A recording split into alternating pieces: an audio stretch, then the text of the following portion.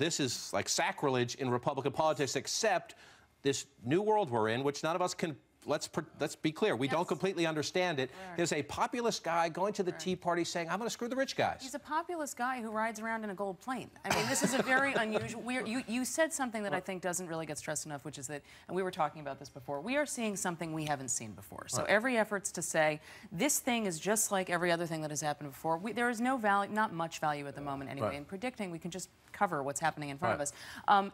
What he is tapping into is a populist sentiment on the right, a feeling of anger at the establishment, a feeling in terms of the Tea Party anger, that's what you were talking about, tax the rich guys.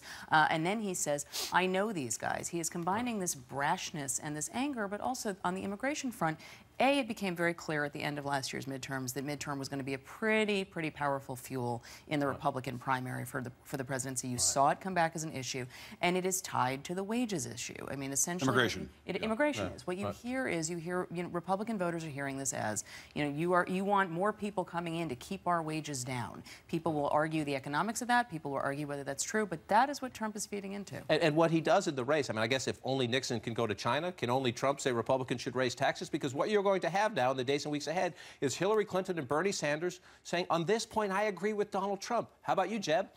Yeah, he really does squeeze the other mainline candidates with the donor class that is driven almost entirely by economic issues. And by the way, it's not just hitting the hedge fund guys. He said yesterday in Nashville that he wants to protect Social Security, and he said Medicaid. I think he meant Medicare. But, he is speaking to a Republican Party that is increasingly downscale, that is older, and that is much more populist in orientation. They are not driven to politics, these activists that I'm talking about, because they're worried about the capital gains rate.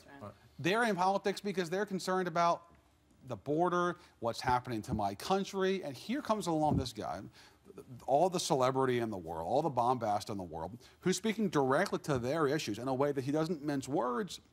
And look, I don't know if that's 51% of the primary, but it's 25. With a 17 candidate field. I mean, 25% was enough for Mitt Romney. With how many were left by the end of the primary? Right. Remember, Rick Santorum won Iowa with 24 point something last time. Which is why, if it's Labor Day and you're a Republican establishment type, and you see that this happening, you see that big of a field where you only need a plurality to win, it's time to think of putting money on the air. And in the world of super PAC, super PACs, where these guys who normally would drop out get to stay in, so that's helping Trump. There's not been one negative TV ad aired against Donald Trump, and he's been leading the polls for 2 months. But here's the thing. Here's the thing, though. On the other hand, though, what is the TV ad that you run against Trump? What is the ad? Well, Jeb Bush tried it on the stump this week. Jeb Bush tried it on the stump this week. He said he wants to raise taxes. That's not a Republican. He spoke in favor of single-payer health care. That's not a Republican. He came out once in favor of late-term abortions. That's not a Republican. Jeb Bush blames us in part, but also seems like he's saying the other candidates need to get tougher. Listen. This is a guy who's the front runner.